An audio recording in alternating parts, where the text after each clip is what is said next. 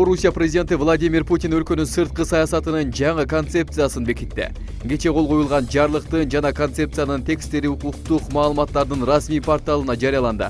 Концепция Орусиянын сырткы саясатынын максаттары катары өлкөнүн коопсуздугун жана экономикалык өнүгүүсүн камсыздоодон сырткары, белгилүү бир өлкөлөр менен ынак коңшулук мамилелерди калыптандыруу, алардын аймактарындагы жаңжалдарды жоюуга көмөктөшүү жана чет өлкөлөрдөгү орус жарандарынын укуктары менен мыйзамдуу кызыкчылыктарын коргоо жөнүндө айтылат.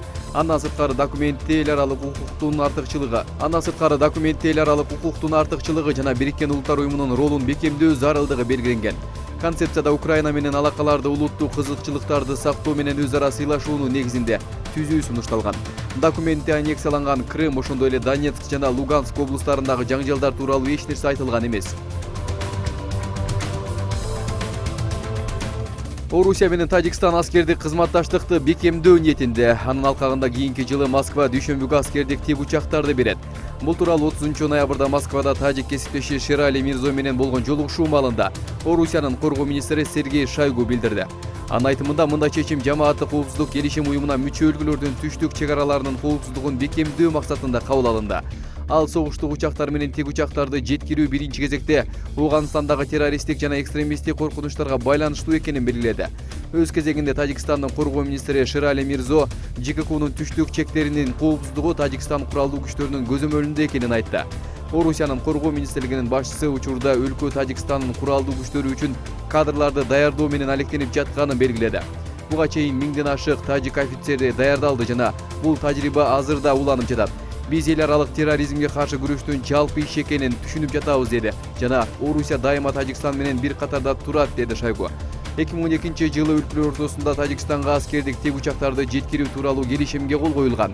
Анын алкагында Орусия өзүнүн аскерий базалары жайгашкан Тажикстан менен Кыргызстандын коргонуу мүмкүнчүлүктөрүн бекемдөө үчүн $70 миллиард бөлүшү керек болчу. Согуштук авиациядан сырткары Москва курал жарак жана ук-дарыларды берүүнү да убадалаган.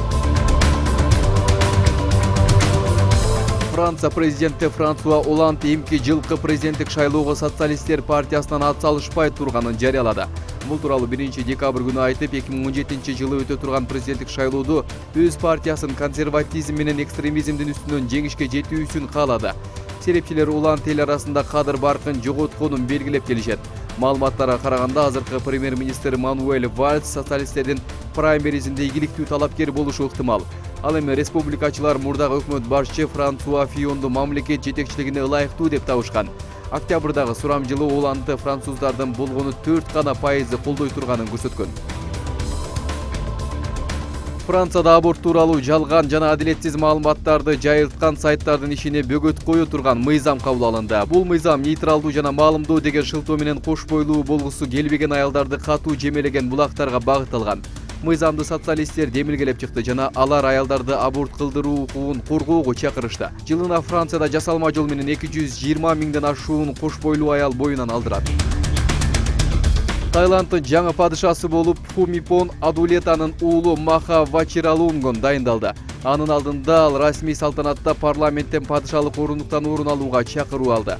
Мен парламенттин президенти катары жана Тай элинин жетекчиси катары сизди падыша болууга чакырам деп билдирди парламенттин жетекчиси. 64 жаштагы Маха Вачиралунгон атасынын мураскери болуп калды. Ал ушул жылдын 13 октябрында 88 жашында көз жумду. Маха Вачиралунгон болсо анын жалгыз уулу болгон. Падышалыкка ал Чакри Рама 10 династиясынан 10 падыша болуп келди. Жаңы монархты падышалыкка дайындоо Пхумипондун сөөгүн өрттөгөндөн кийин болот. Божомолдорго караганда ал кийинки күз айларынын башында болушу күтүлөт. Учурда каза болгон падышанын сөөгү чоң сарайда. Аны менен коштошуу зыйнатына күнүнө 10 миң деген адамдар келүүдө. Коштошуу 1 жылга созулат. Ташкент шаарындагы Ак сарайда өлкөнүн биринчи президенти Ислам Каримовдун эскерүү музейи түзүлөт. Бул тууралуу ТАСС агенттиги өзбек өкмөтүндөгү бир канча булактарга таянып кабарлады. Мурдараак ушул өңүттөгү билдирүүнү маркум президенттин кызы Лола Каримова Тилляева да Facebook'ка жазган эле. Ак сарайдын тегерегинде коопсуздук чаралары азайтылууда. Жолдогу блокпосттордун айрымдары алынды. Бийлик имаратына алып келчү жолдор Каримовдун тушуна жабылып, автоунаа каттамына тыюу салынган эле. Азырынча жаңы президент каерде иштей турганы маалымдала элек. Мурдараак Ислам Каримовдун урматына атайын сейил бак жана эскерүү комплекси ачылары кабарланган. AQShtын жаңы шайланган президенти Дональд Трамп коргоо министри кызматына генерал Джеймс Мэттисти тандаганы тууралуу Washington Post гезити жазып чыкты. Кенен маалымат эмки аптада жарыяланары кабарда айтылат. Бирок Трамптын өкүлү Твиттерге бул билдирүү туура эместигин жазып, тандоо боло электигин белгиледи. 20 ноябрда 66 жаштагы Мэттис менен жолугушкандан соң Трамп аны мактап чыныгы генералдардын генералы деп атаган эле. AQSh армиясында жогорку кызматта иштеп келген Джеймс Мэттис 2013 жылы отставкага кеткен. Конгресстеги эки палата анын талапкерлигин жактырса гана коргоо министри боло алат. Бактылуу болуш үчүн сөзсүз эле президент болуу керек эмес. Казакстан президенти Нурсултан Назарбаев мындай насаатын Астанадагы жаштар форумунда айтканын жергиликтүү жалпыга маалымдоо каражаттары жазышты. Ата-энелер балдарына сен сөзсүз билим алышың керек, президент болосуң деп айтышат. Мен каршы эмесмин, президент боло беришсин, бирок ал баланын мээсине сиңип калат. Качан андай болбой калганда ал кескин өзгөрүп кетет. Бактылуу болуш үчүн сөзсүз эле президент болуш керек эмес, балким тескерисинче болушу мүмкүн. Мен силерге бир тамашаны айтып берейин, деди ал. Бир кездерде биз Эльцинге Борис Николаевич сиздин небереңиз президент болгусу келет экен дегенбиз. Ал болсо Орусияга эки президенттин эмне кереги бар деп жооп берген. Мен жаштарга реалдуу кеңештерди бергим келет. Адам болуп өсүүдөгү эң башкы нерсе билим алуу, эч ким тартып ала албай турган кесипке ээ болуу жана илимдүү болуу. Ошондо сен жашоодо ийгиликтерге жетишесиң, деди Назарбаев. Ошол эле маалда Кыргызстан президенти Алмазбек Атамбаев Нурсултан Назарбаев менен Орусия президенти Владимир Путин андан дагы бир мөөнөткө калышын суранышканын, бирок ал баш тартканын билдирди.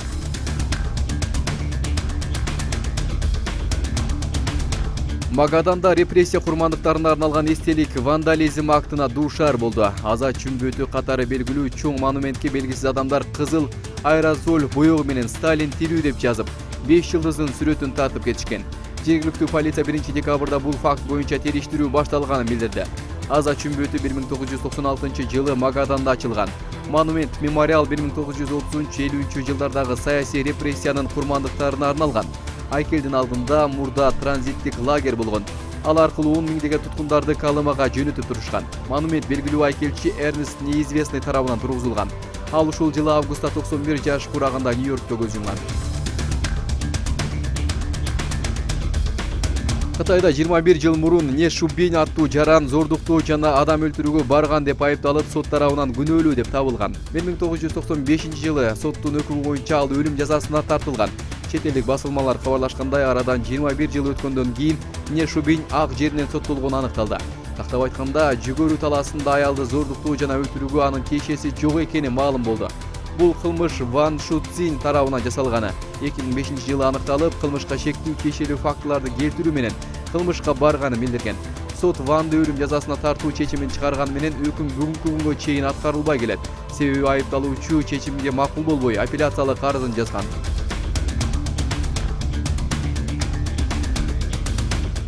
Чеченстандын башчысы Рамзан Кадыров имам молдолорго кайрылып, мас абалында жол кырсыгында кабылып каза болгон айдоочулардын тажыясын тейлөөгө тыюу салды. Эгер мас айдоочу жол кырсыгына кабылып, өзү өлүп же башканы өлтүрсө, анын жаназасын диний ишмерлер тейлебейт жана элдештирүү жараяндарына ортомчулук кылышпайт. Коомчулук бул адам атайлап кылмыш жасаганын түшүнүшү керек. Ал террордук акт жасады, деди Кадыров. Кадыров мындан тышкары республикада алкоголдук ичимдиктерди сатууга тыюу салбаганын, мыйзамбуга жол бербестигин, ичимдиктен уулак болууга кеңеш гана бере алаарын тактап өттү.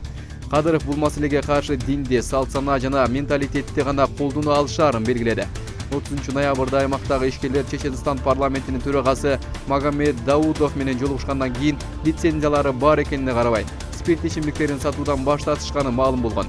Спикер алар өз каалоолору менен мындай ишмердүүлүктү токтотушканын айткан. Даудов жыйынды Алагуу айдоочунун айынан 7 киши курман болгон авариядан кийин өткөргөн. Чеченстанда 2009 жылдан бери Кадыровдун спирт ичимдиктерин таңкы саат 8ден 10го чейин гана сатууга уруксат берген жарлыгы иштеп келет. Рамазан жана Нооруз майрамдарында алкоголду күн-түн дебей сатууга тыюу салынган.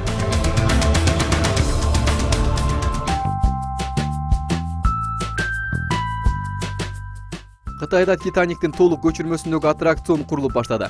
Бул легендарлуу кеменин көчүрмөсүндө каалоочулар айсберг менен кагылышуусун өз көзү менен көрө алат. Анын ачылыш аземине Титаник тасмасындагы капитандын ролун ойногон Эдвард Смит өз костюму менен келүүгө даяр экенин билдирген. Титаниктин курулушу эмки жылдын аягында гана жыйынтыктала турганына карабай, алгачкы билеттер сатыкка чыгарылган.